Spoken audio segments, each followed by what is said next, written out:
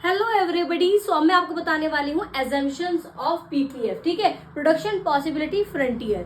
सो बेटा इसकी 5 एजम्पशंस हैं। First is amount of resources in an economy is fixed but the resources can be transferred, ठीक है। अब देखो जो हमारे पास रिसोर्सेज है फिक्स्ड है। एग्जाम्पल मैंने दिया था 1 एकड़ जमीन है मेरे पास, तो मेरे को उसी पे ही जो भी प्रोडक्शन करना है उसी पे करना है, ठीक है, फिक्स्ड है, बट मैं ट्रांसफर कर सकती हूँ, ठीक है। सो मैंने डीपली समझाया है। अभी पहले आप एजम्पशंस देख लो, बहुत इजी एक्सप्लेनेशन के साथ समझाने वाली हूँ। Second is only 2 goods can be produce, 2 goods ही आप प्रोड्यूस कर सकते हो क्योंकि हमारे पास एक्स एक्सेस और वाई एक्सेस है, 2 एक्सेस है, ठीक है।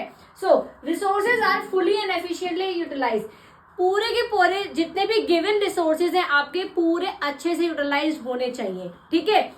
Fourth is resources are not equally efficient in production of all the product. जो भी रिसोर्सेज आपके पास हैं वो सारे ही आपके एफिशिएंट नहीं है सारे प्रोडक्ट के लिए, प्रोडक्शन के लिए, ठीक है।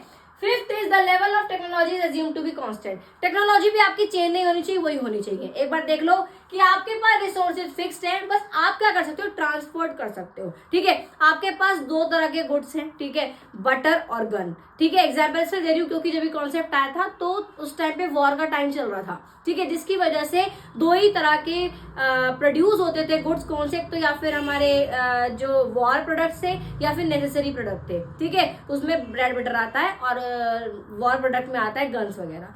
तो इन दोनों में ही आपको क्या करना है, एफिशिएंटली रिसोर्सेज को अच्छे से यूटिलाइज करना है, ठीक है। बस आपका ये एजम्पशंस आपको पता होनी चाहिए। और आपने अगर पीपीएफ का कॉन्सेप्ट आता है, प्रोडक्शन पॉसिबिलिटी कर या फिर प्रोडक्शन पॉसिबिलिटी फ्रंटियर कह लो, आपको एजम्पशंस जरूर लिखनी है। अगर आपने एजम्पशंस नहीं लिखी तो फुल मार्क्स नहीं मिलेंगे, ठीक है।